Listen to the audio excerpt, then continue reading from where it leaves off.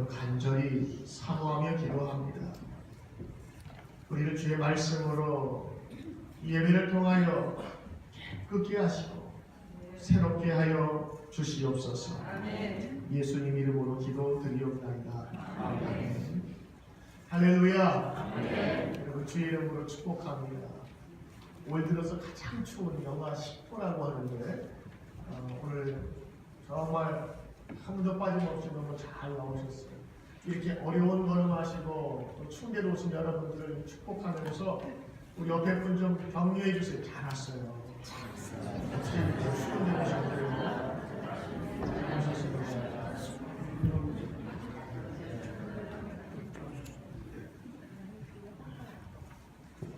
여러분 이렇게 한 교회에 한 같은 장소에 같은 시간에 또 예배 후에 같은 밥을 먹는다. 특별한 그런 만남 아닐까요? 우리는 이런 모임을 교회 공동체, 신앙 공동체, 믿음의 공동체라고 합니다. 예전에 가족이 뭐냐 그랬더니 식구라고 우리는 얘기하잖아요. 식자가 먹을식, 부자가 입구, 같이 먹으면 식구예요.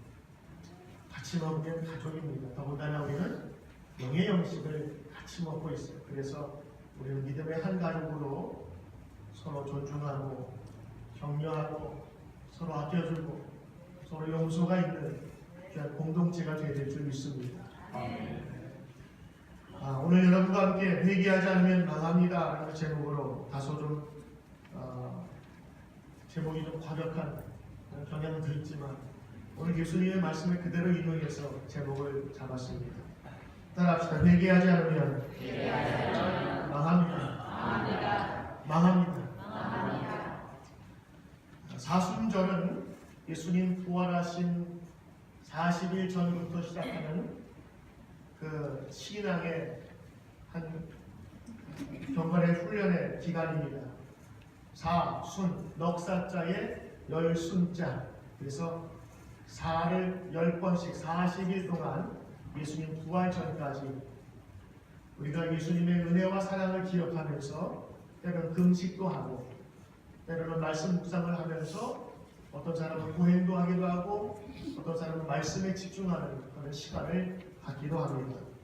어떤 분들은 고난주간 같은 때는 결혼식이나 또 이런 것도 좀 피하는 분도 계세요. 하여간 중요한 이 사순절의 의미는요, 주님의 십자가 희생과 사랑 앞에서 우리 자신을 돌아보는 기간이라고 하는 것입니다. 그 기간을 충분히 겪어야만 부활의 그 능력과 영광에 참여할 수 있다고 하는 것이죠. 오늘 저희들 살아가기 바쁜 핑계로 자기중심적이 되어서 이웃을 판단하게 바꾸고 정죄하기는 너무도 빠른 오늘 우리의 모습을 지켜보면서 다시 한번 주님의 사랑 본받길 원하는 주님의 제자로서 다시 태어나길 간절히 소망합니다. 오늘 제가 계획한 건 아니었지만 성가대의 찬양이 오늘 우리 설교하고 다 맞는 그 말씀이에요. 주님의 구원 얼마나 감사한지, 주님의 보혈이 날 새롭게 하네. 오늘 제목은 다르지만 같은 내용으로 저는 볼 수 있다고 생각하면서 감사했어요. 찬양 연회 많이 받았습니다. 성가대 힘내십시오.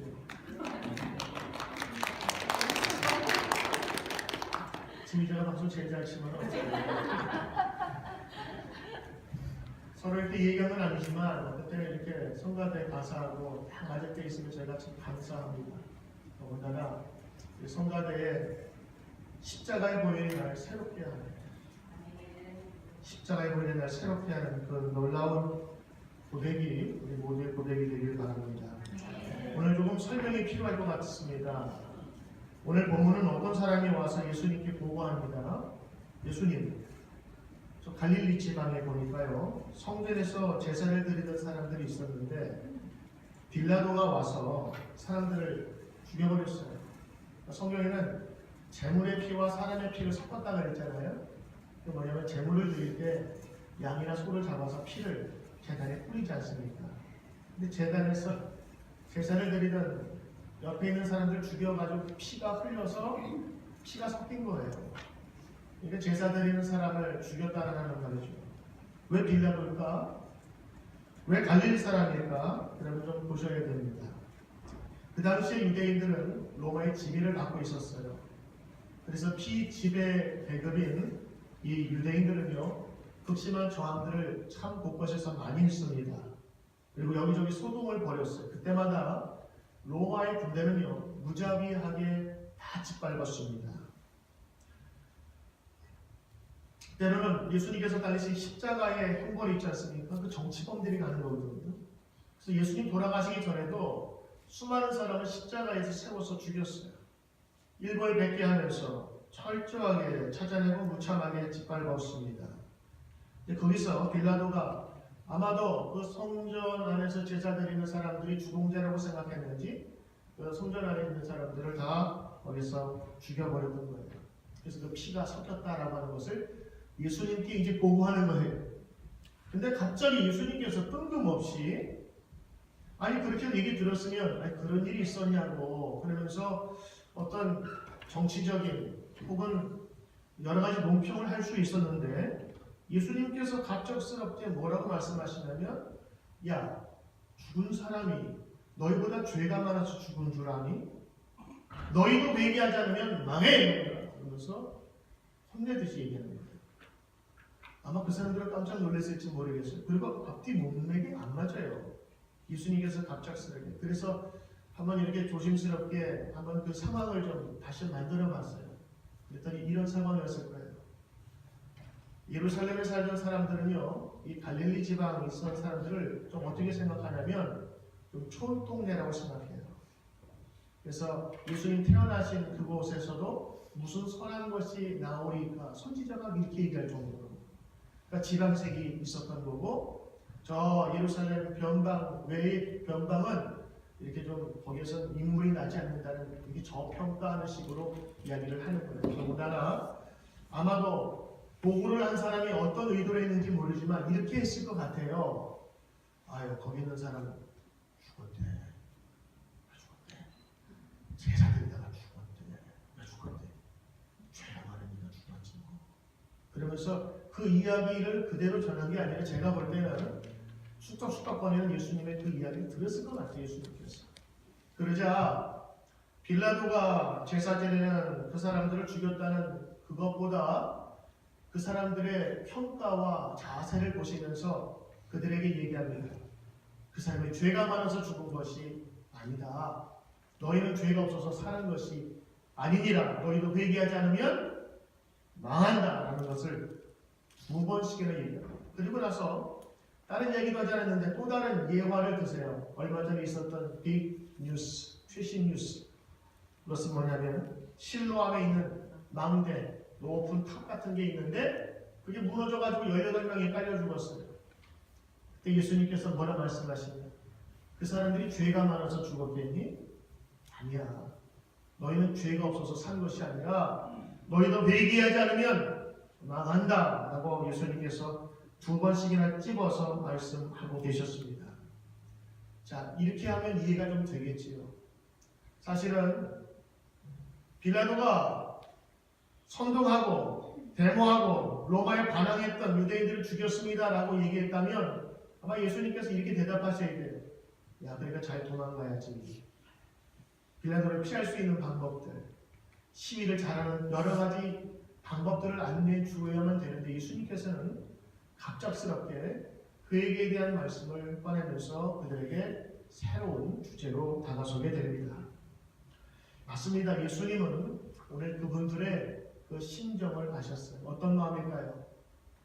그들이 죽은 것에 대한 것이 아니라 자기들보다 죄가 많아서 죽었다고 하는 그 은근한 뉘앙스, 그리고 저 갈릴리 사람들, 그 사람들은 우리보다 천하기 때문에 우리보다 좀 못하다는 그런 교만한 마음이 예수님이 뇌일으켰던 거예요. 그래서 그들의 마음을 보시면서 회개하라 말씀하셨지요. 정말 그렇습니다. 예수님은 이 세상에 오셔서 마가복음에 보면 이 땅에 와서 처음으로 하신 것이 회개하라, 천국이 가까웠느니라. 이게 예수님의 첫 번째 설교였고 고백이었어요. 마가복음에는 그랬어요. 그래서 예수님의 천국을 맞이하는 사람의 자세는요, 회개하는 사람이었어요. 자기 죄를 뉘우치고 자기 죄를 돌아보며 하나님께 용서를 구할 뿐만 아니라 하나님의 은혜를 덧입는 사람, 그 사람이 하나님의 자녀가 된다는 것을 말씀해 주셨습니다. 그러면서 오늘 회개하지 않으면 망한다는 주님의 이 두 번씩이나 반복되는 말씀은 아주 강조할 때 쓰시는 예수님의 표현입니다. 성경은 말합니다. 로마서 3장 23절에 이렇게 얘기하고 있어요. 모든 사람이 죄를 범하여서 하나님의 영광에 이르지 못하였느니라. 모든 사람이 죄가 있어서 하나님의 영광에 가까이 갈 수가 없다고 하는 것입니다. 왜냐하면 죄의 결과는 사망이고 죽음이었기 때문인 것이죠. 죄가 있는 상태는 결코 하나님이 예비하신 그 복된 땅에 들어갈 수 없다고 하는 것입니다. 오늘 이러한 일을 지켜보면서 은근슬쩍 죄가 많아서 그렇게 되었다고 하는 그들의 이야기에 예수님은 아니라 이야기합니다. 예수님은 그들의 교만을 보셨던 것이죠. 예수님께서 제일 싫어했던 것이 있다면 교만하는 것이었습니다. 누가복음 18장에 보면 바리새인이라고 하는 그들의 기도가 나와요. 바리새인은 성경을 많이 알던 사람이고 성경을 연구했던 사람들이었습니다. 흔히 말해 지배계급이었습니다. 그 바리새인은 이런 기도를 합니다. 바리새인은 따로 서서 기도하여 가로되 하나님이여, 나는 다른 사람들 곧 토색 불이 간음하는 자들과 같지 아니하고 저 세리와 같이 아니함을 감사하나이다. 이렇게 기도했다면 예수님께서 이 기도를 너무 싫어하셨어요. 그러면서 그가 그토록 되고 싶지 않았던 그 세리의 기도를 오히려 칭찬해 주셨어요. 왜냐하면 그 세리에게는 엎드려서 눈물을 보아내며 진심으로 회개하는 그 기도가 있었기 때문이었죠. 결국 이 바리새인의 기도는 뭐예요? 나는 옳고 너는 틀렸다 하는 정죄의식과 나는 너보다 훨씬 더 좋은 사람이라고 하는 교만함이 있었던 것입니다. 성경에 비슷한 얘기가 또 있습니다. 욥이라고 하는 사람이 있었습니다. 자기가 알지 못하는 큰 고난을 당했어요. 그때 친구라고 와서 위로해 주어야 되는데 우리 세 친구는 와서 뭐라고 얘기하냐면 욥아, 너 혹시 너 죄 지은 거 있지? 너 있잖아, 잘 얘기해봐, 생각해봐. 그러면서 계속해서 그를 공격하는, 결국에 아니라고 해도 그들의 논리는 똑같았어요. 네가 죄가 있으니까 벌 받는 거예요. 결국 오늘 이 말씀은요, 그들이 갖고 있었던, 유대인들이 갖고 있었던 죄와 벌에 대한 인과응보라고 그러죠. 죄를 지었으면 반드시 벌을 받아야 된다고 하는 그 생각을 가지고 예수님께 말했고, 예수님은 그렇지 않을 수도 있다고 이야기하신 것입니다. 오히려 너희가 죄가 없어서 산 것이 아니라 너희도 회개하지 않으면 죽는다, 망한다라고 얘기하셨어요. 결국에 질문은 육적인, 정치적인 것으로 질문했지요. 근데 예수님께서 답을 육적인 것만 아니라 영적인 것으로 대신하셨어요. 여기서 망한다고 하는 것은 너도 죽을 수 있다고 하는 것이고, 또 하나는 영혼이 죽을 수 있다고 하는 그 의미도 포함되고 있다고 하는 것입니다. 오늘 예수님의 말씀은 죄의 회개를 통한 분명한 깨끗하심을 입는 오늘 영적인 구원도 포함되었다는 것을 우리는 알아야 하는 것입니다. 여러분, 오늘 회개를 하는데 회개가 뭡니까? 우리가 보통 회개하면 회개 기도라는 말 같이 많이 쓰지요. 그리고 뉘우치고 반성한다는 그런 말을 씁니다. 회개의 뜻은 회자가 돌이킬 회자입니다. 돌이키다, 유턴한다는 그런 뜻입니다. 그리고 개는 개선하다, 고치다라는 뜻입니다. 그러니까 회개의 완전한 뜻은요, 내가 뉘우치고 고쳐서 새로운 사람이 된다라고 하는 것까지 포함되고 있습니다. 여기에는 새로운 결심까지 들어가야 회개가 되는 것이겠죠. 오늘 예수님께서는 이 회개를 그들에게 요청하고 계십니다. 회개하지 않으면 망한다. 이거는 꼭 해야 된다는 얘기잖아요. 그만큼 회개는 우리 성도나 모든 사람에게 필요한 것입니다. 그렇다면 이렇게 생각할 수 있죠. 저 세례받을 때 회개했는데요. 한 번 해명은 영원한 해명. 한 번 회개는 영원한 회개 아닙니까? 세례는 한 번으로 족할 수 있어요. 그러나 회개는 우리가 인간으로 살고 연약한 존재이기 때문에 늘 범죄하고 죄를 저지를 수 있는 그 나약한 존재이기에 죄 저질 때마다 때로는 회개하고 주님께 겸손히 나가야 될 줄 믿습니다. 그래서 회개는요 한 번이 아니라 우리 인생 속에서 끊임없이 주님 앞에 고가야 되는 것입니다. 예수님께서는 오늘 이 망하지 않는 것 반대로 말하면 회개하지만 망한다고 그랬는데 오늘 다른 말로 바꾸면 회개하면 망하지 않습니다라고 하는 것 같습니다. 그래서 오늘 이 뉘앙스를 보면 회개하지 않으면 망한다라고 하는 것에 초점을 두고 있는 것 같지만 실제로는요 예수님은 회개하면 살 수 있다고 우리에게 말씀하고 있는 겁니다. 지금 약을 먹지 않는 나이가 있어요. 이거 먹어야 돼. 해독제예요. 독사에게 물렸어요. 약을 먹어야 돼. 그럼 뭐라 그래요? 야, 이거 안 먹으면 죽어. 그러면 죽으란 얘기예요? 너 안 먹으면 죽어. 빨리 죽으란 얘기는 아니라 이것도 빨리 먹으란 얘기죠. 오늘 이 말씀도 우리가 이렇게 얘기해야 돼요. 예수님 사람에게 독설하시네. 망하라고 하시네. 망하는 얘기가 아니라 회개하지 않으면 망한다는 얘기는요. 회개해야 살 수 있다고 하는 예수님의 또 다른 표현이셨습니다. 아마도 이렇게 접근한 교만한 사람이 아니었다면 예수님께서는 회개하시어 그래 여러분들이 새로운 삶을 얻을 수 있다고 다정하게 말씀하시지 않으셨을까 싶습니다. 여러분 우리는 회개 없으면 죄의 문제를 해결할 수가 없습니다. 오늘 여러분들이 이렇게 예배드리는 이유는 하나님 앞에서 거룩한 백성으로 살기를 원하여 예배드리는가 저는 믿습니다.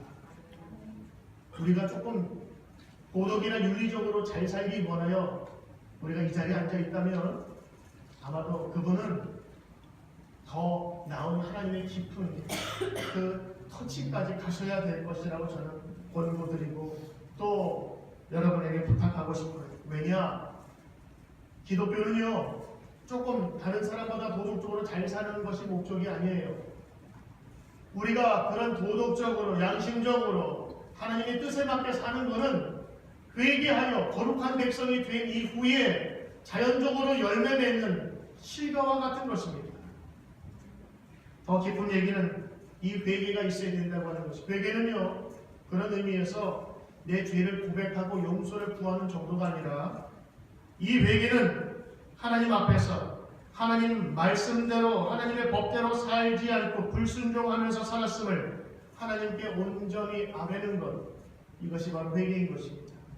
그래서 회개는요 단순히 내가 잘못한 것을 구구절절히 나아야 하는 것이 아니라 내 인생 전체를 하나님에게 드리면서 나의 삶을 하나님께서 깨끗하게 해주실 바로 존재를 놓고 하나님께 요구하는 것입니다.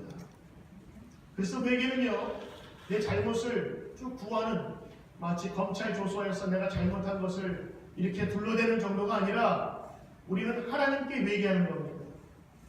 하나님께만 우리의 잘못을 구할 수 있고 그리고 하나님의 은혜를 사모하는 것 바로 이것이 은혜의 총체적인 질량인 것입니다.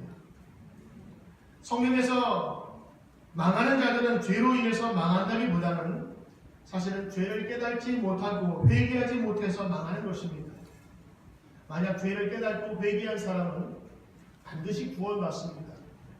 십자가의 상에서 예수님과 함께 죽었던 강도라 할지라도 그들은 자기 죄를 깨닫고 고백하고 용서를 구하고 회개했을 때 주님께서 뭐라 말씀하시냐면 오늘 내가 나와 함께 낙원에 있으리라 말씀해 주셨어요.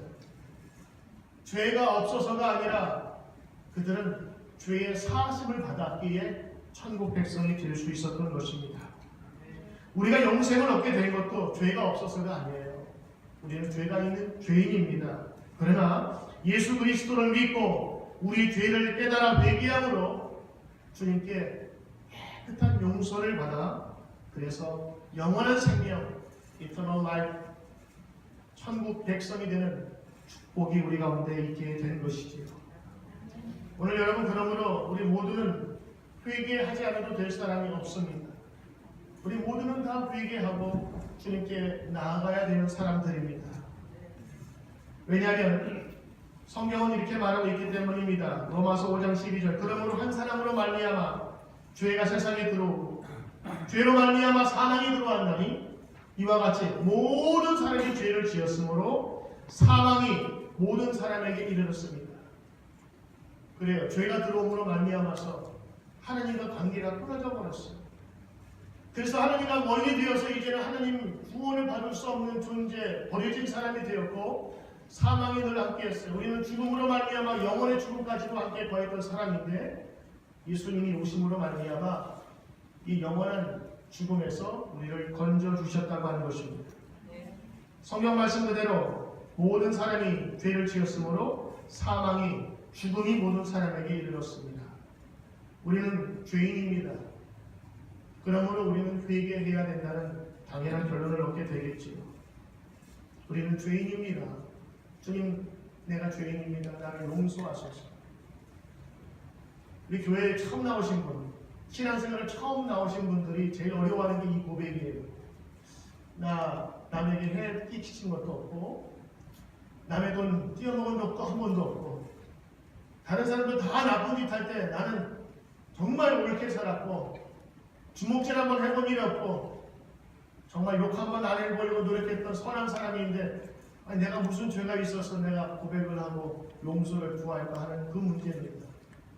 그러나 여러분, 이런 형법상의 간단한 혹은 다른 사람과 민사법에 접촉되는 그런 잘못이 아니야 할지라도 성경에서는 우리의 마음의 작은 죄, 남을 미워하는 것, 혹은 마음으로 살인하는 것, 그 다음에 내 속으로 품은 그 모든 시기와 질투와 원망과 불평까지도 때로는 죄로 보시는 하나님의 눈으로 보신다면 우리는 죄인일 수밖에 없겠지요.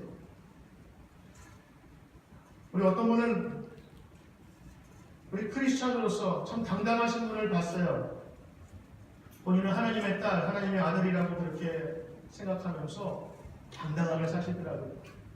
근데 너무 당당한 나머지 죄가 없다고 생각하시면서 무슨 일 있을 때마다 다른 사람을 이렇게 모하고 지적하는 그런 분을 제가 인생 살면서 몇 분을 봤어요. 근데 그분은 자기는 모르시더라고요. 하나님이 원하시는 건 뭐라고? 상한 마음이라고 그랬어요. 깨어진 마음, 부서진 마음.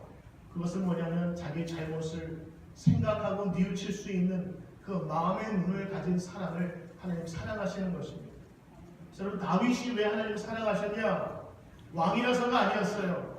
그런 범죄했을 때, 잘못했을 때 엎드리며 하나님께 용서를 구하고 회개한 사람이었기에 하나님의 합한 사람이었다고 얘기를 한 것입니다. 여러분, 오늘 우리가 죄인임을 다시 한번 기억해야 되는 것은 철저하게 나만을 생각했던 내 속에 애고가 있기 때문입니다. 지난 3월 1일 날 한국에서는 미스가 기도회가 있었습니다.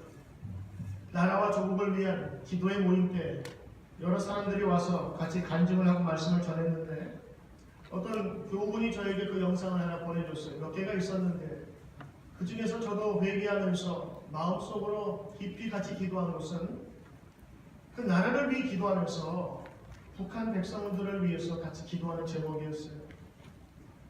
그들이 얘기하기를 지금 북녘 땅에서 어떤 일이 있는지 수많은 사람들이 정치 수용소에서 이름 없이 죽어가고 그러면서도 그 인권이 세계에 알려지지 않을 뿐만 아니라 그것이 알려진다 할지라도 사람들 다 외면하고 그냥 소식으로만 뉴스만 지나가는 그 안타까운 소식들. 먹을 것이 없어서 수많은 사람이 굶어 죽었다는 그런 이야기를 들으면서도 눈물 한번 찌쩍이면서 우리는 지나가지 않았느냐. 혹은 탈북자가 되어서 저 중국에 우리 꽃다운 아가씨들, 우리의 동생, 우리의 어린 여성들이 인신매매로 팔려가기도 하고 그리고 거기 갇혀서 신분 때문에 아무 말도 하지 못하는 그런 안타까운 일들. 공산주의라는 한 그 큰 굴레 속에서 그 백성들이 우리만 하고 있는 우리와 같은 피를 나는 한 민족임에도 불구하고 우리 남한 사람들 특히 이 미국에 있는 디아스포라가 그들을 위해서 기도하지 못했다는 것, 여러분 우리 회개할 일 아닙니까? 성경에 나와 있는 모세는 애굽 궁중에서 자랐어요. 그런데 자기 동포가 맞는 것을 보면서 그것을 참지 못해서 자기 동집을 구하려다가 결국에는 그곳에서 피난가게 됐지요. 느헤미야는 여러분들 성경에 읽은 대로 자기 고향의 예루살렘 성문이 불타서 회파된 것을 듣고 나서 베옷을 입고 재를 뿌리고 금식하면서 기도했던 사람이었고, 다니엘도 자기 민족을 향해서 끊임없이 기도했던 사람들이었는데, 제가 그 기도 제목을 하고 울부짖으면서 기도하는데 죄인이 따로 없구나.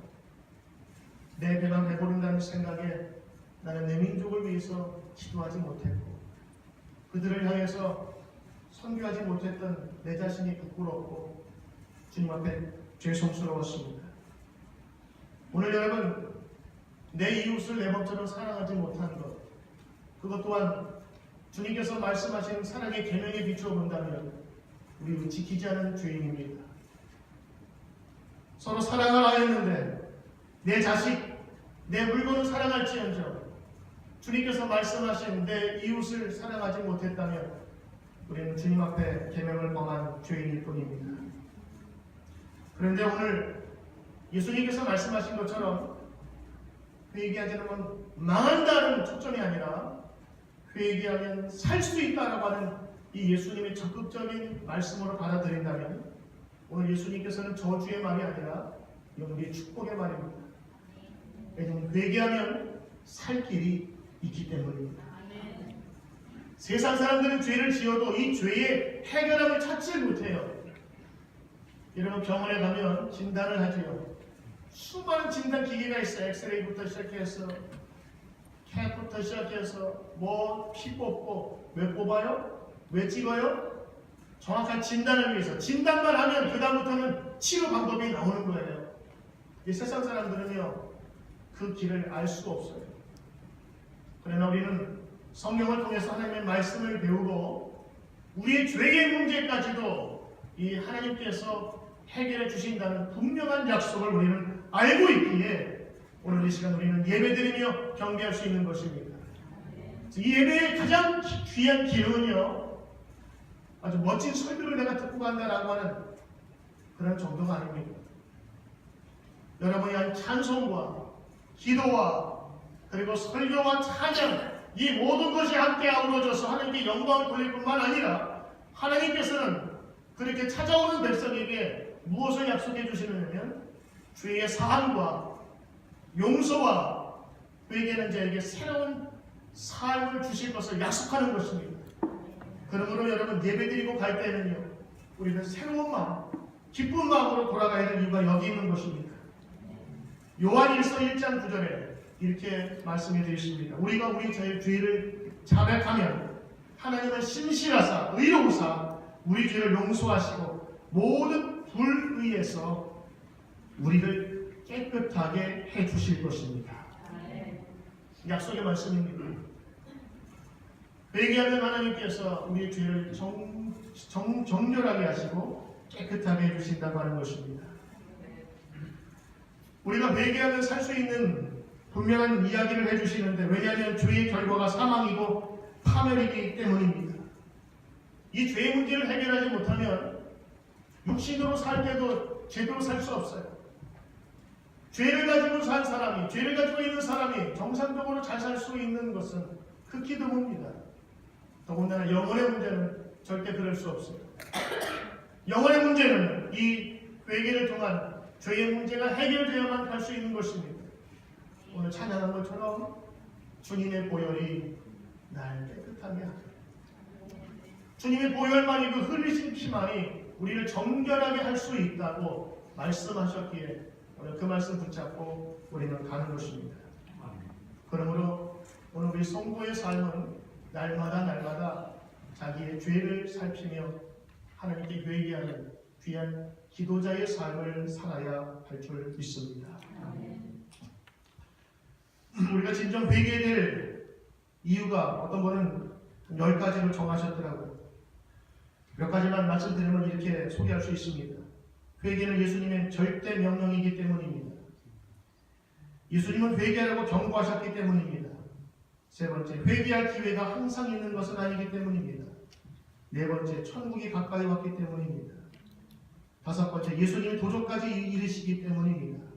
여섯 번째, 행한 대로 심판하시기 때문이요. 일곱 번째, 죄가 있는 곳에는 반드시 사탄의 영이 찾아들고 그 결과 사망의 현상들이 나타나기 때문이요. 아홉 번째, 회개될 이유는 회개할 때 예수 그리스도의 보혈로 용서받기 때문인 것입니다. 저는 이게 참 마음에 들어요. 회개하면 용서받을 수 있기 때문입니다. 회개하면 구원받을 수 있기 때문인 것입니다. 여러분, 사순절을 지킬 때 저는 한국에서 한 번도 그래본 적이 없는데 미국 가서 처음 경험을 해봤어요. 사순절 첫 시작 할 때 수요일부터 시작하는데 미국 분들 중에는 까만 재를 가지고 여기에다가 이마에다가 십자가를 긋습니다. 이제 사제들이나 목사님들이 그 예배 시간에 한 사람들 나와서 세례 받듯이 여기에다가 십자가를 그어줘요. 그래서 처음에 저 미국 사람 만났는데 몇 사람이 보고 있어서 이마에 묻었다고 안다고 저 몰랐어요. 근데 나중에 미국 교회 연합해서 예배 드릴 때 보니까 미국 분들은 그 행사를 의식을 하시더라고요. 그 쟤는요, 예수님이 예루살렘에 오실 때 흔들던 종려나무 그 바나나처럼 생긴 것을 태워서 재로 만들어서 그것을 가지고 그 사순절, 그래서 그때 첫 시작을 애쉬 웬스데이, 제의 수요일 이렇게 하거든요. 그래서 기도하면서 한 사람씩 해서 여기 이렇게 십자가를 긋습니다. 보통 우리 한국 사람들은 이제 뭐 닦잖아요.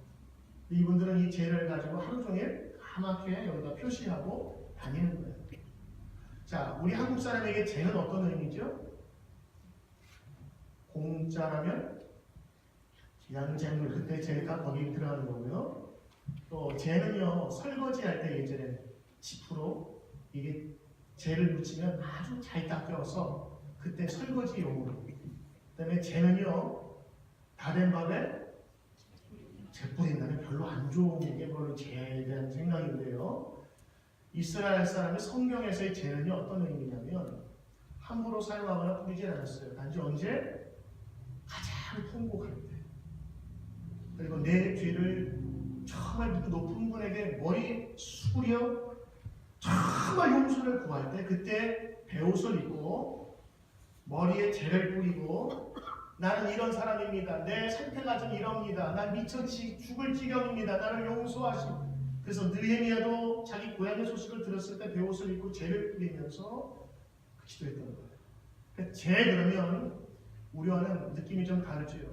이분들에게는 철저한 용서와 그리고 간구가 들어있는 것입니다. 그 재의 수요일은요, 이 재를 그냥 바르는 정도가 십자가 바르는 것이 아니라 하나님, 주님 예루살렘에 오셨는데 주님 예루살렘에 오신 그 예수님을 내가 그분을 영접하지 못했습니다.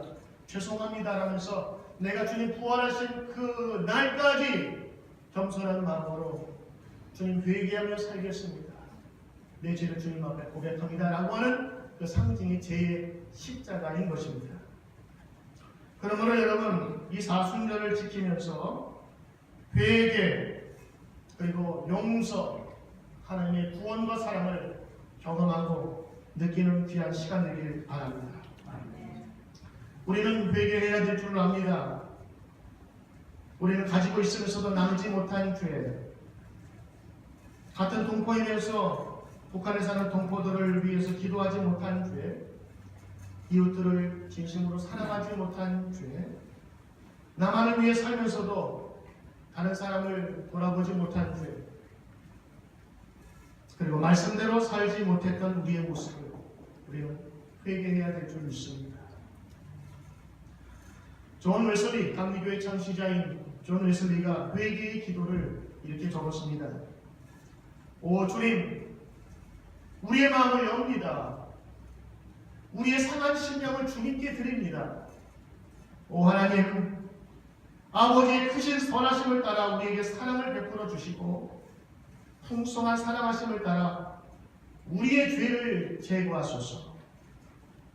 주님의 말할 수 없는 사랑으로 우리가 지은 죄에서 자유케 하시고 우리가 받아 마땅한 징벌로부터 구해 주시옵소서.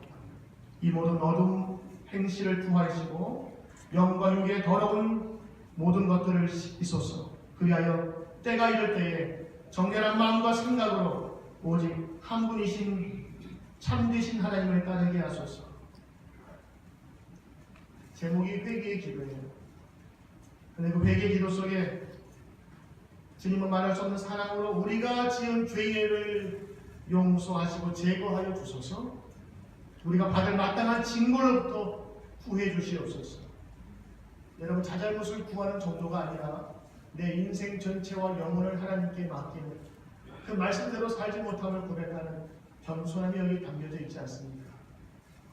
사랑하는 성도 여러분, 이 사순절 기간에 오늘 예수님께서 말씀하셨던 회개하지는 망합니다. 아니, 다른 말로 하면 예수님의 본심으로 얘기하면 여러분, 회개하면 살아납니다. 회개하면 영혼과 마음이 깨끗하여집니다. 여러분, 우리 회개하며 하나님 앞에 갑시다라고 하는 이 예수님의 권면의 말씀을 오늘 이 시간 예배를 통하여 다시 한번 깨닫고 늘 우리 삶 속에서 예배 때나 여러분의 가정에서 회개의 기도와 감사가 늘 넘치길 주 이름으로 축원합니다. 기도하겠습니다. 회개하면 삽니다. 회개하면 구원받습니다. 회개하면 우리의 모든 징계와 징벌로부터 구원받을 수 있다고 믿습니다. 우리를 사랑하시는 주님, 회개하며 주님께 나아가는 저희 되도록 인도하시고 우리가 생각하지 못한 여러 죄들까지 하나님 다 용서하여 주시옵소서. 오늘도 주님 앞에 한 걸음 한 걸음 나가는 주의 백성들을 받으시길 원하고 예수 존귀하신 이름으로 기도드리옵나이다. 아멘.